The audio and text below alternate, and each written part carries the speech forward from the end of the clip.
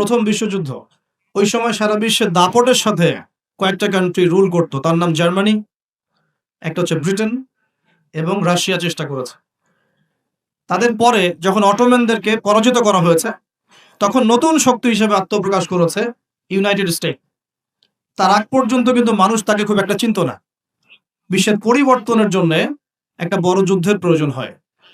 তো সিরিয়ার অবস্থা যখন খারাপ ছিল, আমরা মনে করছিলাম যে হয়তোবা নতুন কোন রুলিং স্টেট পৃথিবীতে আসবে। তো তখন হয়নি, আলহামদুলিল্লাহ। এখন এই ইস্যুটাকে কেন্দ্র করে মনে হচ্ছে বিশ্বে আরো একটা নতুন চালিকা শক্তি স্টেট আসতে পারে। সেটা কে, আমরা একটু অনুমান করব আজকে। সারা বিশ্বের দিকে তাকিয়ে দেখুন, এক সময় যে বিশ্বটাকে আমরা শাসন করেছিলাম, আমরা বলতে মুসলিমরা, একদিন দুই দিন নয়, প্রায় 1200 বছর, কত বছর, সেই বিশ্বে আজকে আমরা সর্বত্র নির্যাতিত, নিপীড়িত। সারা বিশ্বে রক্ত ঝরছে মূলত মুসলিমদের।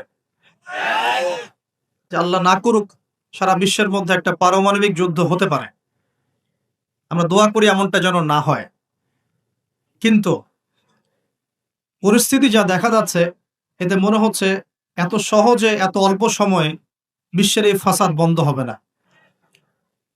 এটাকে দিন দিন উস্কে দেওয়ার চেষ্টা করা হচ্ছে এবং এই যুদ্ধটাকে দীর্ঘায়িত করার চেষ্টা করা হচ্ছে। কারা করছে? ওই পশ্চিমারাই করছে। যে পশ্চিমারা মুসলিমদের কাছ থেকে 1914 থেকে 18 সালের মধ্যে পুরো বিশ্বের রাজনৈতিক ক্ষমতা কেড়ে নিয়েছে, ওই পশ্চিমারাই করছে। যারা বিশ্বের প্রত্যেকটা মুসলিম কান্ট্রিকে টুকটা টুকটা করে বিভক্ত করে দিয়েছে, ওরাই করছে।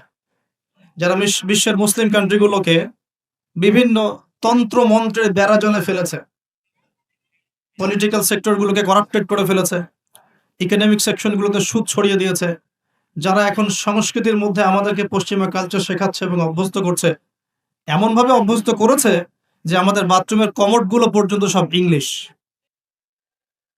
আর যারা এখন মুসলিমদের শিক্ষা ব্যবস্থার মধ্যেও মাথা ঢোকানোর চেষ্টা করছে,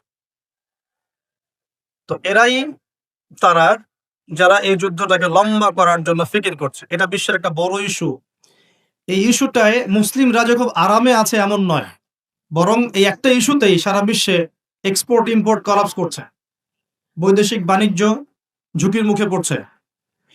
কোন কোন ক্ষেত্রে ডলারের বিপরীতে বিভিন্ন মুদ্রার মান কমে যাচ্ছে, কোন কোন ক্ষেত্রে গ্যাস এবং তেলের দাম বেড়ে যাচ্ছে, নিত্য প্রয়োজনীয় জিনিসপত্রের দাম বেড়ে যাচ্ছে, কারণ যুদ্ধের কারণে এক্সপোর্ট ইম্পোর্ট কলাপস করছে। এবং যখন এক্সপোর্ট ইম্পোর্টটা কলাপস করে, তখন কি হয়? তখন মুদ্রাস্ফীতি হয়। মুদ্রাস্ফীতি মানে টাকা ফুলে যাওয়া নয়, মুদ্রাস্ফীতি মানে হচ্ছে ডলারের বিপরীতে টাকার মান কমে যাওয়া। মনে করেন, কথার কথা বলছি, যদি এমন হয় যে $1 সমান সমান 100 টাকা, আর বৈশ্বিক সংকটের কারণে যদি ডলারের দাম বেড়ে যায়, টাকার মান কমে যায়, তখন দেখা যাবে $1 সমান সমান 125 টাকা। এমন হতে পারে। এই যে 25% বা 20% যে দামটা বেড়ে গেল, তার মানে আপনি আপনার বেতনের 20% শ্রমটা হারিয়ে ফেললেন। আপনার বেতন যদি হয় 100 টাকা, এখন আপনার বেতন হচ্ছে 80 টাকা। অথচ 80 টাকা অর্জনের জন্য আপনাকে 100 টাকা শ্রম দিতে হবে। তো এগুলো কিন্তু একটা ইস্যু সারা বিশ্বে ব্যাপক প্রভাব ফেলে। একটা যুদ্ধ এমনি এমনি লাগানো হয় না, এটা পরিকল্পিত। কারণ বিশ্বে এভাবে যদি ম্যাসাকার না করা হয়, তাহলে নতুন শক্তি আত্মপ্রকাশ করে না। যারা বিশ্বের ইতিহাসগুলো একটু পড়ে দেখেছেন, ওয়ার্ল্ড হিস্ট্রি, তারা বুঝতে পারবেন যে বিশ্বে যখনই কোনো পরাশক্তি আত্মপ্রকাশ করেছে, তখন একটা বড় যুদ্ধের প্রয়োজন হয়েছিল। যেমন প্রথম বিশ্বযুদ্ধ, ওই সময় সারা বিশ্বে দাপটের সাথে কয়েকটা কান্ট্রি রুল করতো। তার নাম জার্মানি, একটা হচ্ছে ব্রিটেন এবং রাশিয়া চেষ্টা করেছে। তাদের পরে যখন অটোম্যানদেরকে পরাজিত করা হয়েছে, তখন নতুন শক্তি হিসেবে আত্মপ্রকাশ করেছে ইউনাইটেড স্টেট। তার আগ পর্যন্ত কিন্তু মানুষ তাকে খুব একটা চিনত না। বিশ্বের পরিবর্তনের জন্য একটা বড় যুদ্ধের প্রয়োজন হয়। তো সিরিয়ার অবস্থা যখন খারাপ ছিল, আমরা মনে করছিলাম যে হয়তোবা নতুন কোন রুলিং স্টেট পৃথিবীতে আসবে। তো তখন হয়নি, আলহামদুলিল্লাহ। এখন এই ইস্যুটাকে কেন্দ্র করে মনে হচ্ছে বিশ্বে আরো একটা নতুন চালিকা শক্তি স্টেট আসতে পারে। সেটা কে, আমরা একটু অনুমান করব আজকে। কেন অনুমান করব? কারণ তাদের সাথে মুসলিমদের ভবিষ্যৎ জড়িত আছে, তাদের সাথে মুসলিমদের ভবিষ্যৎ জড়িত আছে। এবার আপনাকে আমি একটা দ্বিতীয় ইস্যুর দিকে নিয়ে আসি। সারা ওয়ার্ল্ডে দ্বিতীয় একটা ইস্যু চলছে এখন, সেটা হলো কোরআন পুড়িয়ে দেওয়া ইস্যু। কি ইস্যু? কারা পুড়িয়ে দিচ্ছে? আমরা মুসলিমরা কি কখনো অন্য কারো ধর্মগ্রন্থ পুড়িয়ে দিয়েছে? আমরা বরং এই কথা বলি যে কোনো মুসলিম ততক্ষণ পর্যন্ত মুসলিম হতে পারবে না যতক্ষণ পর্যন্ত সে ঈসা আলাইহিস সালামকে নবী বলে স্বীকার না করছে। আমাদের চাইতে নবী ঈসা আলাইহিস সালামকে কেউ বেশি সম্মান করে? আমরা বলছি কেউ মুমিনই হতে পারবে না, মুসলিম হতে পারবে না যদি সে ঈসা আলাইহিস সালামকে আল্লাহর নবী বলে স্বীকার না করে। এখন তার অনুসারীর দাবিদাররা তাহলে কেন কোরআন পড়িয়ে দিচ্ছে? উত্তর, কোরআনুল কারীম তাদের বিকৃত ধর্মচর্চা এবং সারা বিশ্বব্যাপী তাদের জুলুম নির্যাতনের বিরুদ্ধে কথা বলছে বলেই তারা কোরআনের বিরুদ্ধে ক্ষোভ ঝাড়ছে। এখন যেমন তাদের মধ্যে জেনাটা হালাল, যে যার সাথে ইচ্ছা জেনা করতে পারে, আর আল্লাহ পাক কোরআনে বলছেন জেনার ধার কাছেও যেও না। তাদের কাছে সুদটা হালাল, সুদটা ওদের কাছে বৈধ এবং সুদ দিয়ে তারা চলে, অন্য রক্ত চুষে খায়। সুদের ফলাফলটা অনেকটা ঢাকা শহরের মতো। কিসের মতো? একটা অংশ দেখবেন দিন দিন রিচ হচ্ছে, দিন দিন রিচ থেকে রিচার হচ্ছে একটা অংশ, আর একটা অংশ দিন দিন প্রভার্টি এবং ডেস্টিটিউশনের মধ্যে যাচ্ছে। প্রত্যেকটা বড় বড় শহরের এই চিত্র। সুদের মধ্য দিয়ে সারা বিশ্বের একটা অংশের মানুষ দিন দিন ধনী হয়েছে। সবার ক্ষতি হয়নি, কিন্তু ধনীরা আরো ধনী হয়েছে, আর গরিবরা দিন দিন তাদের অর্থ সম্পদের মান হারিয়েছে, তাদের অধিকার হারিয়েছে, তাদের জীবনযাত্রার মান কমে গেছে, প্রভার্টি এবং ডেস্টিটিউশনের মধ্যে চলে গেছে দরিদ্ররা। তারা এক কথায় বলতে পারি দাসত্বের শৃঙ্খলা আবদ্ধ হয়েছে, অর্থনৈতিক দাসত্বের শৃঙ্খলা আবদ্ধ হয়েছে। এটা ব্যক্তি থেকে শুরু করে সমাজ, কোনো কোনো ক্ষেত্রে রাষ্ট্র পর্যন্ত দাস হয়ে গেছে। আপনারা কি শ্রীলঙ্কার কথা জানেন? দেশটা যে দেউলিয়া হয়ে গেছিল, কেন হয়ে গেছে? মূল কারণটা কি? দুইটা কারণ। বল, কয়টা কারণ? অনেকে তিনটা চারটা কারণ বলেন। অর্থনীতিবিদ যারা আছেন, আমাদের দেশের বড় বড় অর্থনীতিবিদ যারা আছেন, তারা 4টা থেকে 5টা কারণ বলেন। দুই নম্বর হচ্ছে রিবা বা সুদ, ব্যাস যথেষ্ট। বাকি যেগুলো অপরিকল্পিত প্রজেক্ট ইত্যাদি ইত্যাদি, এগুলো অত মেজর কারণ নয়, এগুলোকে সামাল দেওয়া যেত। মূল কারণ দুটো, একটা হচ্ছে করাপশন বা দুর্নীতি, একটা হচ্ছে রিবা বা সুদ। আপনারা কি জানেন এই উপমহাদেশের মধ্যে আরো একটা কান্ট্রি ঠিক শ্রীলঙ্কার মতো পরিণতি বরণ করতে যাচ্ছে? নো, বাংলাদেশ না, এক্স্যাক্টলি পাকিস্তান। অথচ তারা এই তো আমাদের মহান মুক্তিযুদ্ধে কত নির্মম ভাবে আমাদের ভাইদেরকে হত্যা করেছিল না? এটা কি ন্যায় ছিল না অন্যায় ছিল? আচ্ছা, কি উদ্দেশ্য ছিল ওদের? ওরা চাইতো আমাদেরকে শাসন করতে, আমরা দাসত্বের শৃঙ্খলা থাকবো, ওরা আমাদেরকে শাসন করবে। আজকে দেখেন মাত্র 30 থেকে 40-50 বছরের ব্যবধানে আল্লাহ পাকের কি ফয়সালা। আমরা কারো ক্ষতিতে কিন্তু খুশি হই। হিসেবে যদি $1 100 টাকা হয়, অলরেডি তাদের কাছে $1 সমান সমান প্রায় 375 রুপে পাকিস্তানি রুপি, এবং তাদের মুদ্রাস্ফীতি অনেক বেশি। সুদের কারণে, পশ্চিমাদেরকে বন্ধুরূপে গ্রহণ করার কারণে, কোনো কোনো ক্ষেত্রে মুসলিমদের সাথে গাদ্দারি করার কারণে, কোনো কোনো ক্ষেত্রে করাপশনের কারণে এবং ডমিনেশন, জনগণের উপর ডমিনেশনের কারণে আজকে আস্তে আস্তে আস্তে আস্তে ওদের অবস্থা এমন একটা জায়গায় চলে গেছে। আল্লাহ না করুক, আমরা তো কারোর জন্য বদদোয়া করবো না, আল্লাহ না করুক, দেখা যাবে হয়তো 1 মাস রমজান মাসের মধ্যে দেখবেন দেউলিয়া হয়ে বসে আছে। এমন হতে পারে। কেন হচ্ছে বিষয়গুলো? কারণ রিবা। মূল কারণটা কি? রিবা এবং দুর্নীতি। মূল কারণটা কি? দুর্নীতি এবং রিবা। আরেকটা কথা বলি, দুর্নীতিতে কিন্তু আমরাও কম না, অন্তত আমাকে এদিকে কিন্তু আমরাও কম না। একটা সময় ছিল যখন আমরা 1 নাম্বার ছিলাম, মনে আছে? এটা ছিল 2005 সালের কথা। কত সাল? 2005 সাল। এখন কত? 2023। এখন আমাদের অবস্থা মাশাআল্লাহ আগের চেয়ে কিছুটা ভালো হয়েছে। এখন আমরা এই যে কারেন্ট অ্যাফেয়ার্স, যারা তোমরা পড়াশোনা করো, বিসিএস কোচিং করছেন, আপনারা জানবেন এখন আমরা কত নাম্বার? 13 নাম্বার। কত নাম্বার? 13 নাম্বার। কিছুটা তো উন্নতি হয়েছে। 1 নাম্বার কে জানেন দুর্নীতিতে? কোন কান্ট্রি? সুদান, দক্ষিণ সুদান। কোন কান্ট্রি? দক্ষিণ সুদান কি মুসলিম কান্ট্রি না মুসলিম কান্ট্রি? মুসলিমরা টপে কেন? দুর্নীতির সাথে মুসলিমদের কোনো সম্পর্ক থাকার কথা কি? তাহলে আমরা টপে কেন, 1 নম্বরে কেন? দক্ষিণ সুদান 1 নম্বরে কেন? ওরা কি মুসলিম না? তাহলে শুধু লা ইলাহা ইল্লাল্লাহ মুখে বললেই মুসলিম হওয়া যায় না, যতক্ষণ পর্যন্ত না মানুষ কোরআন এবং সুন্নাহকে আমল করে দেখাচ্ছে। আপনারা কি জানেন সবচেয়ে কম দুর্নীতিপূর্ণ কান্ট্রি কোনটা? জানেন? ডেনমার্ক। হ্যাঁ, গুড। কে বলেছে? ডেনমার্ক। তার সাথে আরো একটা কান্ট্রি আছে, তার নাম হচ্ছে নিউজিল্যান্ড। কোন কান্ট্রি? এই দুটো কান্ট্রির কোনটাই কি মুসলিম কান্ট্রি? তারা কি লা ইলাহা ইল্লাল্লাহ বিশ্বাস করে? তাদের সংবিধানে কোরআন আছে, তাদের আমলের মধ্যে রাসূলের সুন্নত আছে, তারপরেও তারা দুর্নীতিমুক্ত হলো কিভাবে? তার মানে ওই শিক্ষাটুকু তারা ঠিকই কোরআন সুন্নাহ মোতাবেক আমল করেছে, শুধু মুখে লা ইলাহা ইল্লাল্লাহ হয়তো পড়ে না। তাহলে আমি এতটুকু বোঝাতে চাচ্ছি, তারা কেন কোরআনকে বিরোধিতা করছে, কেন কোরআনকে পুড়িয়ে দেওয়ার চেষ্টা করছে? কারণ কোরআন এইসব অন্যায়ের বিরুদ্ধে কথা বলছে। এক, কোরআন সমকামিতার বিরুদ্ধে কথা বলছে। কোরআন সমকামিতার বিরুদ্ধে কথা বলছে, আর তাদের কাছে সমকামিতা হচ্ছে বাকস্বাধীনতা। একটা ছেলে চাইলে একটা ছেলেকে বিয়ে করতে পারে, একটা মেয়ে চাইলে একটা মেয়েকে বিয়ে করতে পারে। বলে নাউজুবিল্লাহ। আসলে বিয়ে তো ওখানে প্রয়োজন নাই, ওখানে প্রয়োজন সেক্সের। কিসের প্রয়োজন? সেক্সুয়াল সম্পর্ক, বিয়ের কোনো প্রয়োজন নাই। তো তারা ওখানে অবাধ এভাবে বিকৃত যৌন চর্চা করে, যেটা কোরআন সরাসরি হারাম করেছে। বরং কোরআন বলছে এমন পাপের কারণে কওমে লূতকে যে শাস্তি দেয়া হয়েছে, এই শাস্তি মহাবিশ্বে কাউকে দেয়া হয়। বলেন নাউজুবিল্লাহ। কওমে লূতের নাম তো শুনেছেন? লূত আলাইহিস সালামের কওম। এই কওমটাকে যখন আল্লাহ পাক ধ্বংস করেন, তখন মাটিটাকে উপরে উঠিয়েছিলেন, জমিনটাকে উপরে উঠিয়েছে, উঠিয়ে আকাশ থেকে পাথর বর্ষণ করেছে। বর্ষণ করার পরে আল্লাহ পাক উল্টা দিকে জমিনটাকে ধসিয়ে দিয়েছেন। এভাবে আল্লাহ রাব্বুল আলামিন কোন কওমকে এর আগে ধ্বংস করেন। আর কোন কওমকে আল্লাহ পাক সবচেয়ে বড় শাস্তি দিয়েছেন? বলেন? আপনার কওমে লূত। শাস্তি। এই শাস্তিটা কি তারা পাওয়ার যোগ্যতা অর্জন করেছে কি করে নাই?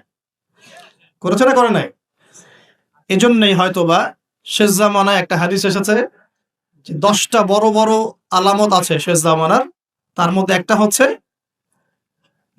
বিশাল একটা ভূমিকম্প হবে, একটা পৃথিবীর পূর্ব দিকে, একটা হচ্ছে পশ্চিম দিকে, আর একটা হচ্ছে পৃথিবীর মাঝখানে। আল্লাহ রাব্বুল আলামিন হয়তো ওই শাস্তি আবার পুনরাবৃত্তি ঘটাবে। ওরা কেন কোরআনকে পুড়িয়ে দেয়? কারণ কোরআন এই সমকামিতার বিরুদ্ধে কথা বলছে, কোরআন এই সুদের বিরুদ্ধে কথা বলছে, কোরআন জেনার বিরুদ্ধে কথা বলছে, কোরআন এসব করাপশনের এগেইনস্টে কথা বলছে। এবং কোরআন বলছে যাররা পরিমাণ জুলুম যদি কেউ কারো উপর করে, তারও শাস্তি তাকে ভোগ করতে হবে। একজন মানুষ বা একটা জাতি যদি অন্য কোনো জাতির উপর সামান্য জুলুমও করে, সেই শাস্তি আল্লাহ পাক তাকে ভোগ করাবেন কি করাবেন না? এবং সারা বিশ্বের দিকে তাকিয়ে দেখেন যে সারা বিশ্বের প্রত্যেকটা সেক্টরে তাদের জুলুম চলছে কি চলছে না? চলছে কি না? এই কারণেই তারা কোরআনের বিরুদ্ধে এত ক্ষোভ। তো এই বিষয়টা কি সারা বিশ্বে এখন হাইলাইটেড ইস্যু না? সারা বিশ্বে এই বিষয়টা নিয়ে খুব কথাবার্তা হচ্ছে না? এটাকে আমরা বলি ব্লাসফেমি, অর্থাৎ ধর্ম এবং ধর্মগ্রন্থকে অবমাননা করা।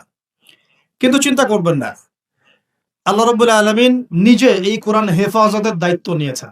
আল্লাহ পাক সূরা হিজরে বলেছেন, ইন্না নাহনু নাযালনা যিকরা ওয়া ইন্না লাহু লাহাফিজুন। নিশ্চয়ই আমি এই কোরআন নাজিল করেছি, এই কোরআন হেফাজত করার দায়িত্ব কার?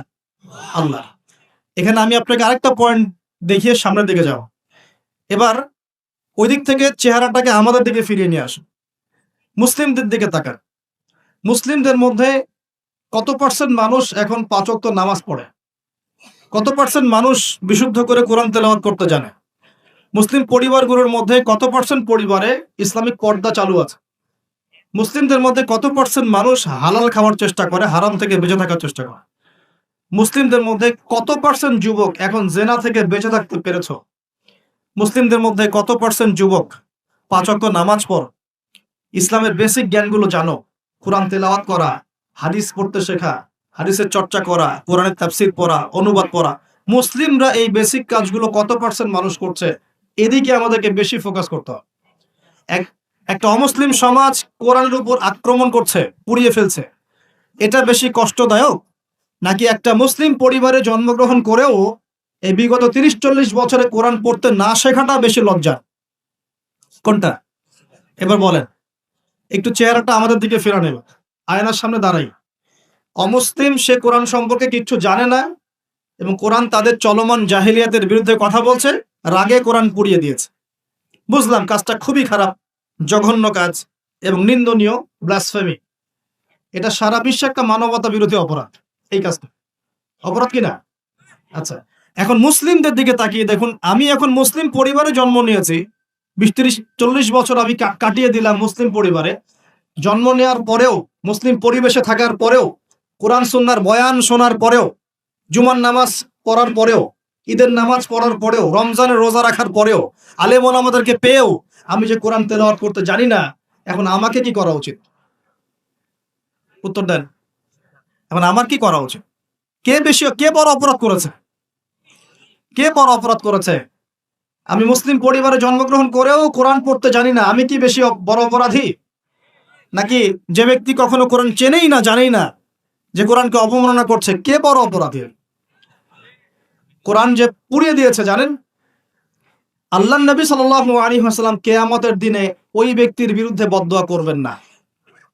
জি না, করবেন না। আল্লাহ রাব্বুল আলামিন সূরা ফুরকানের মধ্যে বলেছেন যে আল্লাহর রাসূল সাল্লাল্লাহু আলাইহি ওয়াসাল্লাম আমার উম্মত, মানে আমাদের উম্মতে মুহাম্মাদের বিরুদ্ধে আল্লাহর কাছে অভিযোগ পেশ করবেন। কার বিরুদ্ধে? এই যে উম্মতে মুহাম্মাদের বিরুদ্ধে আমাদের নবী মুহাম্মদ সাল্লাল্লাহু আলাইহি ওয়াসাল্লাম একটা অভিযোগ পেশ করবেন। আল্লাহ পাক তাকে বলবেন, হে মুহাম্মদ সাল্লাল্লাহু আলাইহি ওয়াসাল্লাম, তোমার উম্মতের কি হয়েছিল, কেন বিভ্রান্ত হলো? নবী সাল্লাল্লাহু আলাইহি ওয়াসাল্লাম তখন বলবেন যে ইন্না কওমি ইত্তাখাযু হাযাল কুরআনা মাহজুরা। পড়ে দেখেন সূরা ফুরকানে আমাদের নবীজি বলবেন, হে আল্লাহ, আমার উম্মত এই কোরআনকে, যা তুমি আমার প্রতি নাজিল করেছো, এই কোরআনকে অবজ্ঞা করে পরিত্যাগ করেছিল, এই কারণে তারা আজকে পথভ্রষ্ট হয়েছে। এবং নবী সাল্লাল্লাহু আলাইহি ওয়াসাল্লাম আল্লাহর কাছে আক্ষেপ করবেন, অভিযোগ পেশ করবেন যে আমার উম্মতকে আমি কোরআন দিয়ে এসেছিলাম, কিন্তু তারা সেই কোরআন চর্চা করে নাই, পড়ে নাই, কোরআনের হক আদায় করে নাই, এই কারণে তারা আজকে পথভ্রষ্ট হয়েছে। তাহলে আমাদের নবীজি আমাদের বিরুদ্ধে আল্লাহর কাছে ক্ষোভ ছাড়বেন না? তো প্রথম যে শিক্ষাটা আজকে নেওয়া উচিত সেটা হলো, বিশ্বে যা যা ঘটছে এই সব বিষয়গুলোর সাথে আমাদের শেষ জামানা সম্পৃক্ত, এবং প্রত্যেকটা বিষয়ের গভীরে যাওয়ার জ্ঞান আমাদের অর্জন করা উচিত এবং দৃষ্টিভঙ্গি প্রশস্ত করা উচিত। খিদর আলাইহিস সালামের মতো অন্তর্দৃষ্টি অর্জন করা উচিত। পাশাপাশি কোরআন কেন্দ্রিক জীবনটা গড়া উচিত। আমরা কি নিয়াত করতে পারি যে আগামী রমজান আসার আগেই আমরা সবাই পবিত্র কোরআন তেলাওয়াত করা শিখবো ইনশাআল্লাহ? কোরআন পুড়িয়ে দেওয়ার ইস্যুটা হোক আমাদের কোরআন শিক্ষার প্রেরণা, কোরআন পুড়িয়ে দেওয়ার ইস্যুটা হোক কোরআন শেখার প্রেরণা, যে আমি মুসলিম পরিবারে জন্ম নিয়েছি, আমি কেন কোরআন শিখবো না? আসুন কোরআন শিখি, কোরআন বুঝি এবং কোরআন দিয়ে আমরা জীবন গড়ি। আল্লাহ পাক তৌফিক এনায়েত করুন। এই যুব সমাজের হাতে এই দেশ এবং উম্মার ভবিষ্যৎ নির্ভর করছে। এই যুবকদের হাতেই এই জাতি এবং এই দেশ এবং এই উম্মার ভবিষ্যৎ নির্ভর করছে। অথচ তোমরা কি করছো? অথচ তোমরা বেনামাজি পড়ে আছো, অথচ তোমরা যাকাত দিচ্ছ না, রমজানের রোজা রাখছো না, তোমরা ওযু গোসলের মাসআলা বলতে পারছো না, তোমরা ঈমান আকীদা ঠিক করছো না, নবীর 40 হাদিস মুখস্থ করছো না, কোরআন পড়া শিখছো না। যুবকদের হাতে এই দেশ এবং জাতির ভবিষ্যৎ। সেই যুবকরা পড়ে আছে এখন মাদকের নেশায়। এই যুবকদের একটা বড় অংশ মেয়েদের পিছনে তার জীবন নষ্ট করে দিচ্ছে। এই যুবকদের একটা বড় অংশ এখন পর্নোগ্রাফিতে আসক্ত হয়ে বসে আছে। এটা কিন্তু কেউ অ্যাভয়েড করতে পারবে না। আমরা যারা অনলাইনে ঢুকি, অনলাইনে যারাই ঢুকেছি তাদের চোখে এরকম নগ্নতা পড়েছে। কি দাড়িওয়ালা, কি টুপিওয়ালা, কি আলেমা, কি জালেম, সবার একই অবস্থা। অনলাইনে যে ঢুকেছে তার চোখে নগ্নতা পড়েছেই পড়েছে। আর এটা স্কিপ করার তো বুদ্ধি নাই, চালাতে হচ্ছে আপনাকে। কোনো কোনো সময় হোয়াটসঅ্যাপ চেক করতে হচ্ছে, ফেসবুক অ্যাকাউন্ট প্রয়োজন হচ্ছে কারণ আপনি খবর রাখতে চাচ্ছেন, ইউটিউবিং করতে হচ্ছে, ইউটিউব দেখতে হচ্ছে। একটা ভালো কিছু দেখবেন সেখানেও অ্যাড চলে আসছে। অতএব এখানে কি করবো? ফাত্তাকুল্লাহ মাস্তাতাতুম, সাধ্যমতো আল্লাহকে ভয় করতে হবে, চরিত্র পবিত্র রাখতে হবে, হালাল উপার্জনের সোর্স তৈরি করা মাত্রই বিয়ে করে ফেলতে হবে। বিয়ে ছাড়া চরিত্র হেফাজতের অন্য কোনো পদ্ধতি নেই। এই চিরকুমার সঙ্গটঙ্গ যোগ দিয়ে লাভ নাই। আর যতই হারাম প্রেম করেন না কেন, এই প্রেমগুলো আপনাকে মনে শান্তি দিবে না, এগুলো আপনাকে অস্থির করে রাখবে। কেন? কারণ এটা হারাম, এটা হারাম।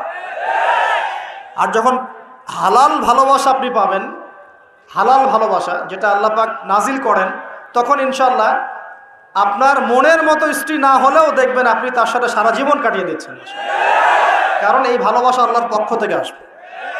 এখানে শুধু এই যে কিছু মানুষ মনে করে বিয়ে মানে যৌনতা, তাই না? এটা একটা কনসেপ্ট তৈরি করে দেওয়া আছে, বিয়ে মানে মনে হয় যৌনতা। আসলে বিয়ে যৌনতার বৈধ একটা পথ মাত্র, এটা হালাল একটা পথ মাত্র। এখানে আরো বড় বিষয়টা হচ্ছে দায়িত্ববোধ।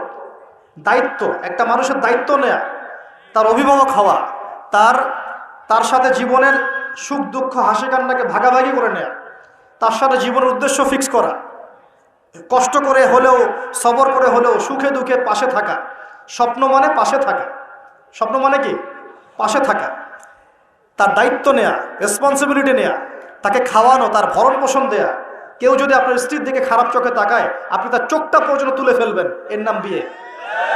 এই কাজ করবেন না? এই কাজ করবেন। তো এখানে যৌনতা মানেই মনে হয় যৌনতা, বিষয়টা এমন নয়। এখানে অনেক বিষয় জড়িত আছে। এই কারণে এটা পবিত্র সম্পর্ক, এটা মিসাকুন গালিজ, এটা কঠিন অঙ্গীকার আল্লাহর পক্ষ থেকে। এই কারণে দেখা যায় অনেক চড়াই উতরাই পার হলেও বৈবাহিক সম্পর্ক ঠিক থাকে না? কিন্তু যত দিন যাচ্ছে কি হচ্ছে, এই ভাঙনগুলো বাড়ছে। কেন বাড়ছে? বিকজ বিয়ের আগে প্রেম, বিয়ের আগে অমুকের সাথে প্রেম, অমুক জেনা, পর্নোগ্রাফিতে আসক্ত, পরকিয়া, ওই সিরিয়ালস, পশ্চিমা সংস্কৃতি, হ্যাঁ, বস্তুবাদিতায়, সব মিলিয়ে বিয়েগুলো ভেঙে যাচ্ছে। এখন পরিবারগুলো নষ্ট হয়ে যাচ্ছে না? যদি একজন স্ত্রী আপনার মনের মতো আল্লাহ পাক দিয়ে দেন এবং আপনার এই স্ত্রীকে নিয়ে থাকার মতো, খাওয়ার মতো বাসস্থান, অন্ন বস্ত্রের সংস্থান আছে, সচ্ছল আপনি মোটামুটি, এবং আপনি তাকে ভালোবাসেন আপনার মনের মতো, আপনি তাকে নিয়ে সারা দুনিয়ার জীবনটা কাটিয়ে দেন, অন্য কোনো দিকে দেখতে যাবেন। কিছু বিষয় কোরআন সুন্নাহ আছে ঠিকই, কিন্তু বাস্তবায়ন খুব কঠিন।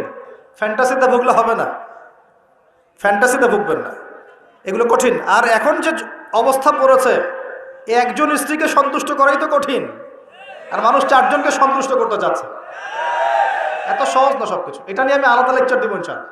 আপনাদের কিছু বিষয় জানতে হবে, জানার দরকার আছে। আর ব্যালেন্স করা এত সহজ নয়, ব্যালেন্স করা এত সহজ নয়। সর্বোচ্চ চেষ্টা করার পরেও দেখবেন, সর্বোচ্চ চেষ্টা করার পরেও দেখা যাবে দিন শেষে আপনি অপরাধী হয়ে বসে আছেন। আর আমি একটা লেকচারে বলেছি না, পুরুষ মানুষ বোকা। পুরুষ মানুষ কেন বোকা? কারণ সে সবাইকে খুশি করতে চায়। সে চায় মা সুখে থাক, বোন সুখে থাক, স্ত্রী সুখে থাক, যদি আরও স্ত্রী থাকে ও সুখে থাক, সন্তানরা সুখে থাক, সবাই ভালো থাক। এবং তাদের ভালোর জন্য তারা কত কষ্ট করে, দিন রাত ডিউটি করে, অফিসে যায় আসে, জ্যাম ফেস করে, মানসিক প্রেশার নেয়, শারীরিক প্রেশার নেয়, নেয় না? অথচ এই কষ্ট কিন্তু মহিলারা বোঝে না, বোঝে? সবাই বোঝে না। আছে অনেক ভালো স্ত্রী আছে, কিন্তু সবাই কিন্তু বোঝে না। মনে করে যে পুরুষ মানুষ মনে হয় ভোগবাদী, খালি মেয়েদেরকে ভোগ করতে চায়। অথচ সবাইকে সুখে রাখার এই চেষ্টায় একজন পুরুষ দিন শেষে নিজেই সুখী হয় না। বহু পুরুষ শেষ বয়সে গিয়ে একাকিত্বে ভোগে, একা হয়ে যায়। এই জন্য বলছি, ফ্যান্টাসি বাদ দেন। ফ্যান্টাসি বাদ দিয়ে হালাল রিজিক হয়েছে, একটা নেককার পরহেজগার মেয়ে দেখে বিয়ে করে ফেলেন, ব্যাস তাকে নিয়ে দুনিয়ার ছোট্ট জীবনটা কাটিয়ে দেন। আর জান্নাতে তো হুর করে অপেক্ষা করছে ইনশাআল্লাহ। কি মনে করেন অপেক্ষা করছে না? এই লেকচার বাসায় গেলে কি হবে আমার অবস্থা আমি জানি না, কিন্তু বলছি আছে তো। সবচেয়ে শেষে যারা জান্নাতে যাবে, একদম লাস্টে, তাদের প্রত্যেককে আল্লাহ পাক কমপক্ষে 2 জন করে হুর দিবেন। আর যারা আল্লাহ রাব্বুল আলামিনের রাস্তায় শহীদ হয়ে গেছে, এখনো যাচ্ছে বা হয়েছে বা হবে, তারা কি 72 জন, কতজন? 72 জন হুর আল্লাহ রাব্বুল আলামিন দিবেন। বাস ইস্যু তৈরি করে দিলাম, এখন নাস্তিকরা লেগে পড়বে, এতগুলো মেয়ে কেন, কি ইত্যাদি ইত্যাদি।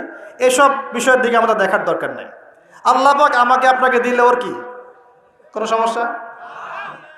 প্রিয় ভাইয়েরা, যুবকদের কথাই বলছিলাম যে এখন এই যুবকদের হাতে দেশের ভবিষ্যৎ, উম্মার ভবিষ্যৎ। কিন্তু বাস্তবতা হচ্ছে আমরা বেশিরভাগ পর্নোগ্রাফিতে আসক্ত হয়ে গেছি, হারাম সম্পর্কে আসক্ত, হারাম রিজিকে আসক্ত, মাদকে আসক্ত। এখান থেকে বেরিয়ে আসতে হবে। বেরিয়ে আসার পদ্ধতি কি? এই যে আমার হাতে যে কিতাব দেখছেন, আল কোরআন, এই কোরআন আপনার সমস্ত হতাশা দূর করে দিবে ইনশাআল্লাহ। এই কোরআন আপনার সমস্ত কষ্ট দূর করে দিবে ইনশাআল্লাহ। মানুষ বেকারত্বের সমস্যায় ভোগে, পারিবারিক চাপে পড়ে, হ্যাঁ, বন্ধু বান্ধবদের পাল্লায় পড়ে বা গার্লফ্রেন্ড চলে গেছে ছেড়ে, এইসব কারণে মাদকের কাছে যায় শান্তি পাওয়ার জন্য। কোরআনের কাছে আসো, শান্তি পাবে ইনশাআল্লাহ। 5 ওয়াক্ত নামাজে আসো, শান্তি পাবে ইনশাআল্লাহ। আমরা যুবক ভাইদেরকে রিকোয়েস্ট করব, এই যে সামনে রমজান, এই রমজানে আল্লাহর ওয়াস্তে কোরআনটা পড়া শিখে ফেলেন। এবং যারা পড়তে জানেন, কোরআন এবার এই মাসে খতম হবে ইনশাআল্লাহ। প্রত্যেক দিন কমপক্ষে 1 পারা করে, প্রত্যেক দিন 1 পারা পারা যাবে ইনশাআল্লাহ। মাত্র 1 ঘন্টা সময় লাগবে 1 পারা পড়তে, 1 পারা পড়তে 1 ঘন্টা লাগবে। আর যারা হাফেজ আছি, ইনশাআল্লাহ আমরা এই রমজান মাসে 30 পারা কোরআনের অর্থ পড়ে শেষ করে দেবো ইনশাআল্লাহ। নিজেও নিয়াত করছি, আপনারা নিয়াত করেন। এই পুরো রমজানে আলিফ লাম মিম থেকে শুরু করে মিনাল জিন্নাতি ওয়ান নাস পর্যন্ত একবার হলেও অর্থ সহ পড়ে শেষ করবো ইনশাআল্লাহ। পারা যাবে ইনশাআল্লাহ। আমরা দোয়া করি আল্লাহ পাক আমাদের সবাইকে রমজানে পৌঁছে দিন এবং আমাদেরকে রমজানে বরকত দান করুন। পুরো বিশ্বের প্রেক্ষাপটটা বুঝবেন। বিশ্বে এরকম যুদ্ধ বিগ্রহ চলছে এবং সারা বিশ্বে পশ্চিমাদের দ্বারা নির্যাতন থেকে বের হতে হলে আমাদের শক্তি বৃদ্ধি করতে হবে। কি করতে হবে? শক্তি বৃদ্ধি করতে হবে। কিছু কথা খোলামেলা বলতে হবে এখন, কারণ খোলামেলা কথা বলারই সময় এখন। এখন এখন না বললে অনেক দেরি হয়ে যাবে। মুসলিমদেরকে জাতিগতভাবে এখন ঐক্যবদ্ধ হতে হবে। আপোষে এই হিংসা বিদ্বেষ মারামারি কাটাকাটি বন্ধ কর। আমরা সবাই মুসলিম, সবাই একটা জাতি। আমাদের মধ্যে ইখতিলাফ থাকতে পারে, কিন্তু আমরা মত পার্থক্য থাকলেও মতবিরোধে যাব না ইনশাআল্লাহ। আমরা যদি কোনো মুসলিম ভাই আমাকে গালিও দেয়, যদি কোনো মুসলিম ভাই আপনাকে আমাকে গালিও দেয়, আমাদের সাথে শত্রুতাও করে, তারপরেও আল্লাহর দুশমনদের সাথে মোকাবেলা করার জন্য আমরা একসাথে লড়বো ইনশাআল্লাহ। মুসলিমদের মধ্যে ঐক্য আনতে হবে। ঐক্য আনতে না পারি, বিভক্তি বাড়াবো না। ঐক্য আনতে পারছি না, বিভক্তি কমসে কম বাড়াবো না। এটা খেয়াল রাখতে হবে। এরপরে আমাদের মুসলিমদের প্রথম দরকার জ্ঞানের বিপ্লব। কিসের বিপ্লব? কোরআনের জ্ঞান, হাদিসের জ্ঞান, এই যে ইসলামের জ্ঞান, দ্বীনের জ্ঞান এবং দুনিয়াবি জ্ঞান, এই সমস্ত রকম জ্ঞানকে একত্রিত করে এমন শিক্ষা গ্রহণ করতে হবে যে ইনশাআল্লাহ আগামী দিনে যেন আমরা আগামী 10 থেকে 20 বছর পর এই কোরআন সুন্নাহর জ্ঞানকে দিয়ে বিশ্বকে চ্যালেঞ্জ করতে পারি। এমন প্রজন্ম তৈরি করতে হবে। আল্লাহ পাক তৌফিক দান করুন। এখন আমাদের সবাইকে আদর্শ পরিবার করতে হবে। নিজের পরিবারের মধ্যে কর্তা আমি আমার পরিবারে পর্দা কায়েম করব, কারো কিছু বলার আছে? আমি আমার পরিবারে নামাজ প্রতিষ্ঠা করব, কারো কিছু বলার আছে? আমি আমার পরিবারের মধ্যে দ্বীনের ইলম তালিম চালু করব, কারো কিছু বলার আছে? নিজের পরিবারের কর্তা আমরাই। অতএব পরিবারটা কমসে কম ইসলামিক করে গড়ে তোলেন। আল্লাহ পাক তৌফিক দান করুন। 4 নাম্বার, আমাদের সন্তান যারা আছে তাদের সবাইকে ইসলামিক শিক্ষা দেওয়ার চেষ্টা করতে হবে। যদি ইসলামিক শিক্ষা দিতে এই সমাজ ব্যর্থ হয়, তাহলে নতুন শিক্ষা প্রতিষ্ঠান গড়ে তুলে হলেও শিক্ষা দিতে হবে ইনশাআল্লাহ। আল্লাহ পাক তৌফিক দান করুন। আমাদের প্রত্যেক পরিবারের মা বোনদেরকে খাস পর্দায় রাখতে হবে এবং যুবক ভাইদের জন্য বিয়েটাকে সহজ করতে হবে এবং রিজিকের ব্যবস্থা বৃদ্ধি করতে হবে। আর সবাই একটা কি থটস নিয়ে চলেন, খালি চাকরি আর চাকরি, চাকরি আর চাকরি। রিজিকের একটা বড় অংশ আল্লাহ পাক রেখেছেন ব্যবসার মধ্যে। রিজিকের একটা বিশাল অংশ আল্লাহ রেখেছেন কোথায়? ব্যবসায়। উদ্যোক্তা হন, কৃষিভিত্তিক অর্থনীতি থেকে ফোকাস করেন। কৃষিভিত্তিক অর্থনীতি, আপনি প্রতিভা খাটান, ইনোভেটিভ কিছু করেন, নতুনত্ব নিয়ে আসেন, আল্লাহর জমিনকে কাজে লাগান। একটা আয়াত বলি, সূরা আরাফের মধ্যে আল্লাহ বলেছেন, আল্লাহ পাক বলছেন, যদি এই জনপদের অধিবাসীরা আল্লাহর প্রতি ইমানদার হতো, আল্লাহ পাক আসমান এবং জমিনের বরকতের সব দরজা খুলে দিতেন। এই জমিনে বরকত আছে, জমিন নিয়ে কাজ করেন, কৃষিভিত্তিক কাজ করেন, ব্যবসা করেন। শুধু একটা জিনিস মাথায় ঢুকিয়ে দেওয়া হয়েছে, ডক্টর ইঞ্জিনিয়ার, ডক্টর ইঞ্জিনিয়ার। কেন এগুলো? কেন সবাই সবকিছু হবে না? হালাল রিজিক সার্চ করতে হবে। আল্লাহ সবাইকে তৌফিক এনায়েত করুন বলি আমি। এরপর আমাদের করণীয় হচ্ছে আমাদের প্রত্যেককেই সৎ কাজে আদেশ করতে হবে, অসৎ কাজে নিষেধ করতে হবে। শুধুমাত্র দায়ী আলেম তারাই এই দাওয়াতি কাজ করবেন এমন নয়, সবাইকে দ্বীনের দাওয়াতি কাজে জিম্মেদারি গ্রহণ করতে হবে। দাওয়ার সাথে যারা সম্পৃক্ত আছে তাদের সাথে পরামর্শ করবেন, চলবেন ফিরবেন। তা'মুরুনা বিল মা'রুফ, তোমরা সৎ কাজে আদেশ করবে। ওয়া তানহাউনা আনিল মুনকার, অসৎ কাজে নিষেধ করবে। ওয়া তু'মিনুনা বিল্লাহ, এবং আল্লাহর প্রতি ঈমান রাখবে। তবেই কুনতুম খায়রা উম্মাহ, তোমরা শ্রেষ্ঠ জাতি হতে পারবে। আল্লাহ পাক তৌফিক দান করুন। আরেকটা বিষয় বলি, সেটা হলো আল্লাহ পাক আমাদের সবাইকে কিছু প্রতিভা দিয়েছেন। এই প্রতিভাগুলোকে, যার যার প্রতিভাকেই, লেখার প্রতিভা, বলার প্রতিভা, চিন্তা করার প্রতিভা, সংগঠিত করার প্রতিভা, আপনার অর্থনৈতিক সামর্থ্য, রাজনৈতিক ক্ষমতা, যা আল্লাহ পাক যাকে দিয়েছেন, এই বিষয়গুলোকে ইসলামের কল্যাণে ব্যয় করতে হবে। আল্লাহ পাক তৌফিক দান করুন। এবং আরো করতে হবে, অমুসলিম ভাই বোন যারা আছে আমাদের দেশে এবং সমাজে, তাদের কারো সাথে কোনো রকম দ্বন্দ্ব সংঘাতে যাবেন, বরং তাদেরকে ইসলামের সৌন্দর্য তুলে ধরবেন তাদের সামনে, এবং তাদেরকে ইসলামের দাওয়াত দিবেন। দাওয়াত দিয়ে তাদেরকে ইসলামের দিকে দীক্ষিত করার চেষ্টা করবেন। যদি এই যে আমরা তো আপোষে মারামারি কাটাকাটিতে লিপ্ত আছি, আপনারা তো খবরই রাখেন না যে বাংলাদেশে কত মানুষ বিধর্মী হয়ে যাচ্ছে, জানেন? এই যে উত্তরাঞ্চল সহ পার্বত্য এলাকা, বর্ডার এলাকা সব ঘুরে দেখেন যে কত মানুষ দিন দিন বিধর্মী হয়ে যাচ্ছে। দেখেন, ওই দিন টনক নড়বে যেদিন দেখবেন 50%ই হয়ে গেছে বিধর্মী। ওই দিন টনক নড়বে, আল্লাহ না করুক।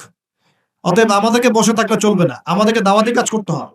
দিন ইসলামের দাওয়াত, কোরআনের দাওয়াত সবার সামনে উপস্থাপন করতে হবে। আল্লাহ পাক আমাদের সবাইকে দায়ী হওয়ার তৌফিক দান। কমপক্ষে পার্ট টাইম, দিনে 1 ঘন্টা, দিনে আধা ঘন্টা হলো দাওয়াতি কাজ করতে হবে। আর দাওয়াতি কাজ করার আগে কি লাগবে? জ্ঞান লাগবে।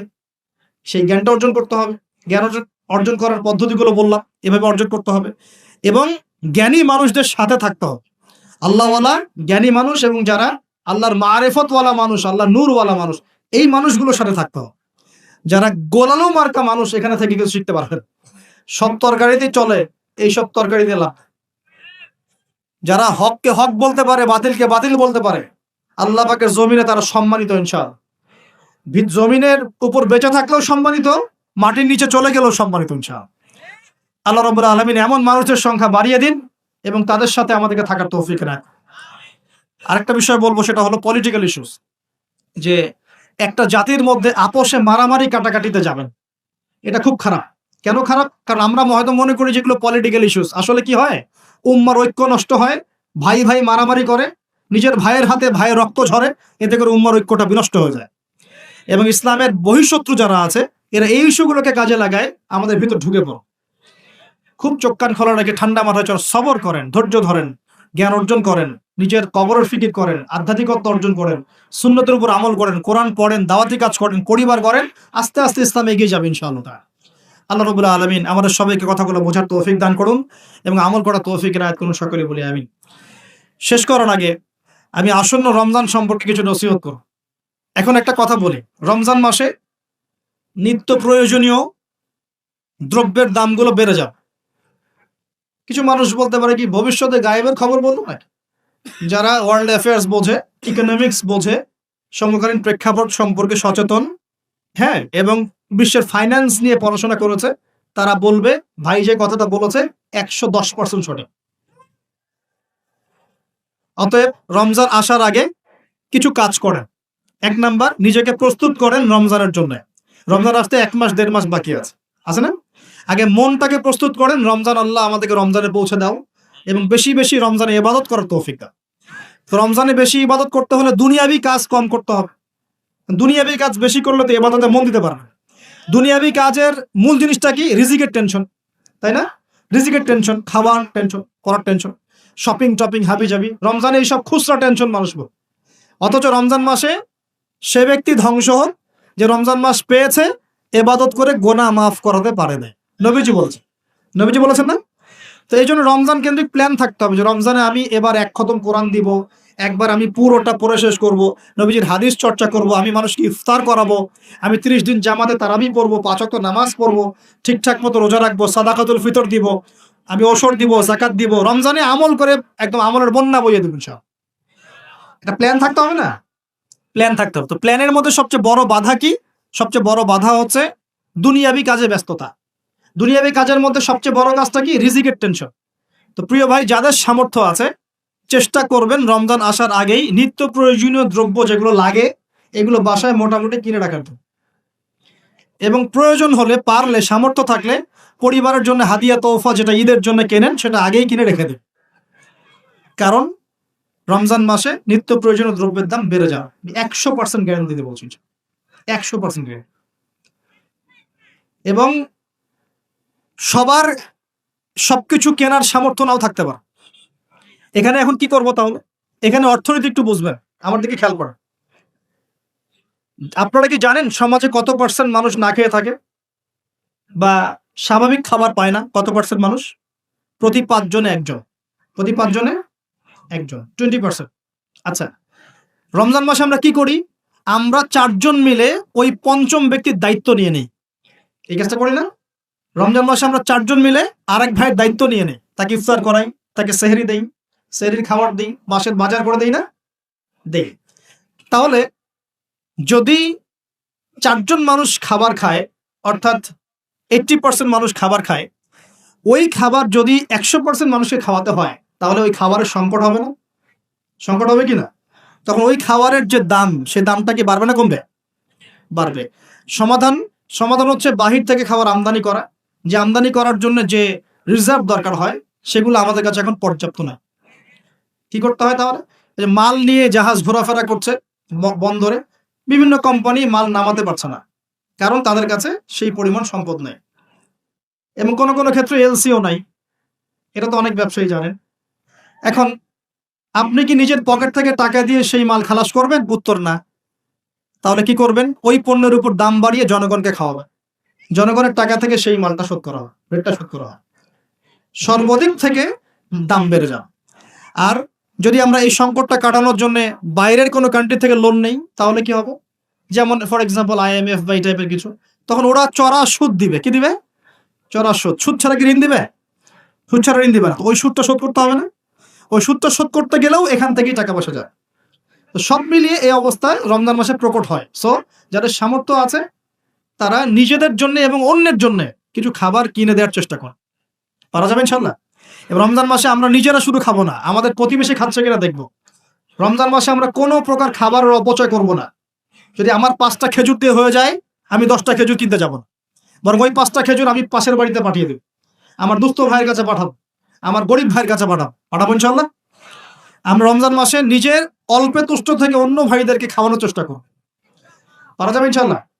সমাধান, রমজান মাসে দ্বিতীয় সমাধান, আমাদের জাকাত আছে, অনেক জাকাত। এই জাকাতের টাকাগুলো যদি আমরা একত্রিত করতে পারি, তাহলে একটা বড় অংশের মানুষের সমস্ত অর্থনৈতিক সমস্যার সমাধান হয়ে যাবে ইনশাল্লাহ। রমজান মাসে যারা জাকাত ফরজ হয়েছে রমজানের জাকাত দিয়ে দিবেন ইনশাল্লাহ। পারা যাবে ইনশাল্লাহ। আরো বেশি বেশি সদকা করবেন, সদকা করে আত্মত্যাগী হন, মানবতার কল্যাণে কাজ করেন, নিজে অল্প তুষ্ট থাকেন, অপচয় কমিয়ে দেন, এবং আল্লাহর ওয়াস্তে সমস্ত দুর্নীতির দরজা বন্ধ করে দেন। এই রমজানেও যদি ঘুষ খান, সুদ খান আর দুর্নীতি করতে থাকেন, মানুষের সম্পদ লুটপাট করেন, তার রমজানের শিক্ষা তো থাকলোই না, বরং জনগণকে রমজানে কষ্ট দেওয়ার কারণে জনগণ কি করবে? দেখা যাবে ওই দুর্নীতিবাজের বিরুদ্ধে ইফতার করতে সময় দোয়া করবে, বদদোয়া করবে, আল্লাহর কাছে বদদোয়া করা শুরু করবে। আর ওই বদদোয়া যদি আল্লাহর কাছে চলে যায়, একদম সব ধ্বংস হয়ে যায়। তো রমজান কেন্দ্রিক এই প্ল্যানটা আগে করবেন, তারপরে আধ্যাত্মিক প্ল্যান। আপনি রমজানের প্ল্যান করবেন যে আপনি কি পড়বেন, কিভাবে আমল করবেন, কোথায় তারাবি পড়বেন, পরিবেশ গড়ে তুলবেন। রমজান মাসে কোরআন শিক্ষার কোর্সগুলো চালু করবেন। রমজান মাসে তালিম থাকবে, ইফতারের প্রজেক্ট থাকবে, দুস্থ ভাইদের বাসায় ইফতার পৌঁছে দেওয়ার প্রজেক্ট গ্রহণ করতে হবে। রমজান মাসে যদি সামর্থ্য হয় বেশি বেশি নফল পড়বেন, সুন্নত পড়বেন, তেলাওয়াত করবেন, জিকির বাড়িয়ে দিবেন, একই সাথে দাওয়াতি কাজ বাড়াবেন। যারা সামর্থ্য আছে ওমরা করবেন। রমজান মাসটাকে এইভাবে ইবাদতের মৌসুম হিসেবে সাজিয়ে নেন। আল্লাহ পাক সবাইকে রমজানে পৌঁছে দেন এবং রমজান মাসে বেশি বেশি ইবাদত করার তৌফিক দান করেন। এই পুরো বিশ্ব সম্পর্কে সতর্ক থাকার তৌফিক দান করেন, সচেতন থাকার তৌফিক দান করেন, কোরআনওয়ালা বানিয়ে দেন, এবং যুব সমাজ সহ যুবতী আমাদের ভাই বোনরা, প্রত্যেক মহলের মুসলিমাত, মুমিন মুমিনাত সকলকে আল্লাহ রাব্বুল আলামিন দ্বীন ইসলামের জন্য কবুল করেন বলি আমিন। আগামী দিনগুলোতে যেন আমরা দ্বীনের জন্য কিছু করতে পারি, এই দেশ এবং জাতির জন্য কিছু করতে পারি, আল্লাহ পাক সবাইকে সেই যোগ্যতা এবং তৌফিক দান করুন। আল্লাহ রাব্বুল আলামিন ভিতর এবং বাহিরের সমস্ত শত্রু থেকে আল্লাহ আমাদেরকে হেফাজত করুন। আল্লাহ সুবহানাহু ওয়া তাআলা আমাদেরকে ইসলামের প্রকাশ্য সমস্ত ফিতনা থেকে, চলমান সমস্ত ফিতনা থেকে আল্লাহ পাক বাঁচিয়ে রাখুন বলি আমিন।